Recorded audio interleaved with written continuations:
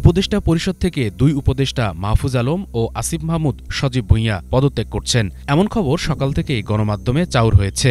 আসিফ মাহমুদ সজীব ভুঁইয়া বর্তমানে স্থানীয় সরকার মন্ত্রণালয় এবং যুব ও ক্রীড়া মন্ত্রণালয়ের উপদেষ্টার দায়িত্বে আছেন, আর মাহফুজ আলম তথ্য ও সম্প্রচার মন্ত্রণালয়ের উপদেষ্টা হিসেবে দায়িত্ব পালন করছেন। এই দুইজন উপদেষ্টা পদত্যাগ করলে ৩টি মন্ত্রণালয়ের উপদেষ্টার পদ ফাঁকা হবে।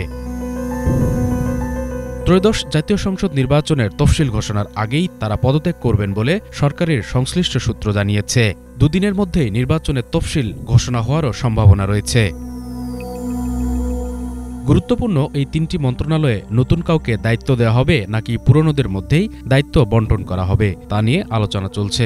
গণমাধ্যমের বরাতে জানা গেছে, উপদেষ্টা আদিলুর রহমান খানকে অতিরিক্ত দায়িত্ব হিসেবে স্থানীয় সরকার মন্ত্রণালয় দেওয়া হতে পারে। তিনি বর্তমানে গৃহায়ন ও গণপূর্ত মন্ত্রণালয় এবং শিল্প মন্ত্রণালয়ের উপদেষ্টার দায়িত্ব পালন করছেন।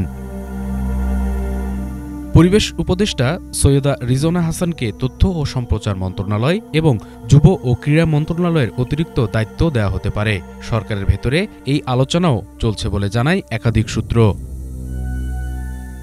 গত বছরের ৫ আগস্ট শেখ হাসিনার সরকার পতনের পর ৮ আগস্ট অধ্যাপক মোহাম্মদ ড ইউনূসের নেতৃত্বে অন্তর্বর্তী সরকার গঠিত হয়। সেই সরকারে জুলাই গণ অভ্যুত্থানে নেতৃত্ব দেওয়া ছাত্রদের প্রতিনিধি হিসেবে নাহিদ ইসলাম তথ্য ও সম্প্রচার মন্ত্রণালয় এবং আসিফ মাহমুদ সজীব ভুঁইয়া যুব ও ক্রীড়া মন্ত্রণালয়ের উপদেষ্টার দায়িত্ব পান। পরে উপদেষ্টাদের দায়িত্ব পুনর্বণ্টনে আসিফ মাহমুদকে যুব ও ক্রীড়া মন্ত্রণালয়ের পাশাপাশি শ্রম মন্ত্রণালয়ের দায়িত্ব দেওয়া হয়। এদিকে সরকার গঠনের কিছুদিনের মধ্যে মাহফুজ আলম উপদেষ্টা পদমর্যাদায় প্রধান উপদেষ্টার বিশেষ সহকারী হন।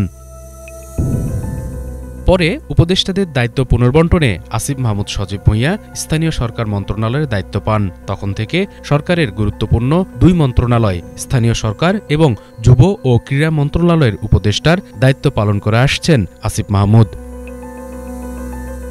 শুভ ইসলাম, বাংলাভিশন, ঢাকা।